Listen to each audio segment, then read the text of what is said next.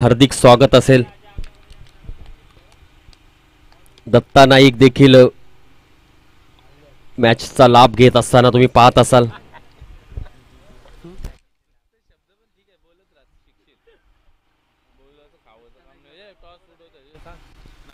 नाणेफेकीसाठी दोन्ही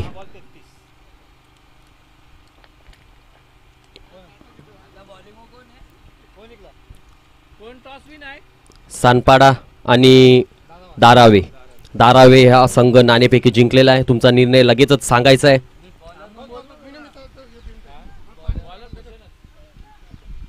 दत्ता नाईक यांचे देखील हार्दिक स्वागत असतील.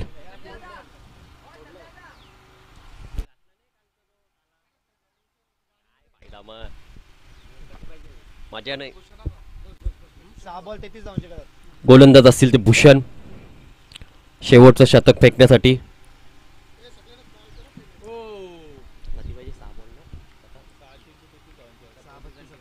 6 चेंडू आणि 32 धावांची आवश्यकता असेल ती जुईनगर संघाला. मोठे फटक्यांची गरज असेल.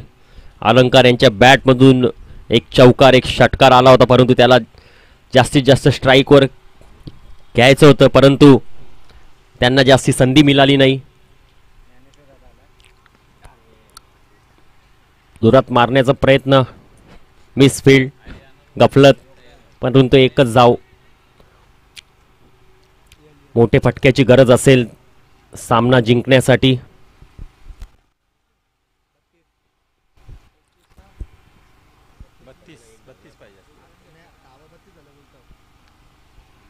पाच चेंडू मध्ये 31 धावांची गरज असेल. 5 षटकार मारावे लागतील आणि हा देखील चेंडू घोषित क्षेत्रामध्ये जातोय. फक्त एकच धावेवर समाधान मानावं लागेल जुईनगर संघाला. अलंकार थोडेसे स्वतःवर नाराज असतील.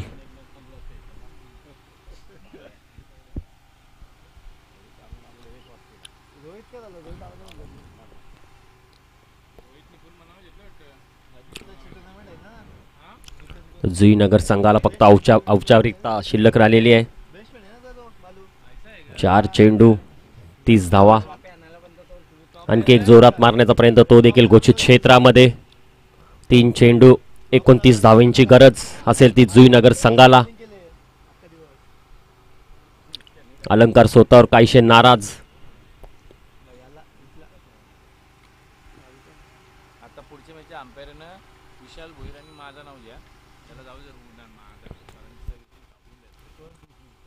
Hello hello. वाईट चेंडू.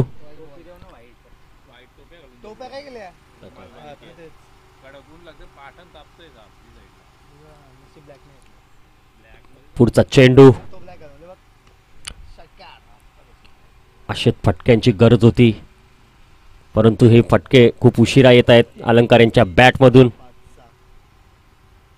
शेवटचे 2 चेंडू शिल्लक असतील.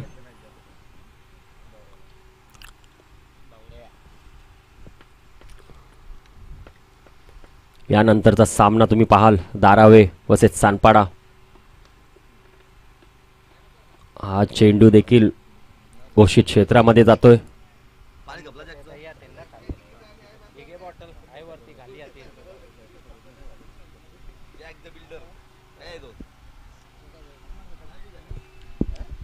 शेवटचा चेंडू शिल्लक.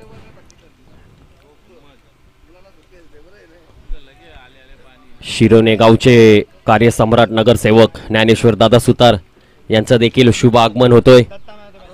त्यांचं देखील हार्दिक स्वागत असेल. ज्ञानेश्वर दादा सुतार.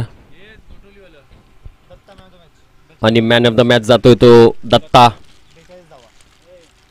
42 धावांची एक आतिषबाजी स्फोटक खेळली आणि ज्ञानेश्वर दादा सुतार यांना विनंती करेल तुमच्या हस्ते सामनावीरचा पारितोषिक दत्ता यांना द्यायचा आहे.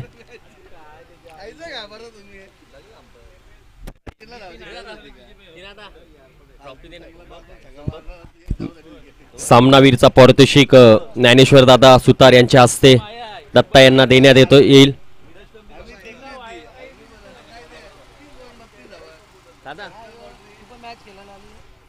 खूपच सुंदर अशी फलंदाजी त्यांच्या बॅटमधून 42 धावांची स्फोटक खेळली दत्ता. आजच्या दिवसातला पहिला सामना गोठवली संघ विजय.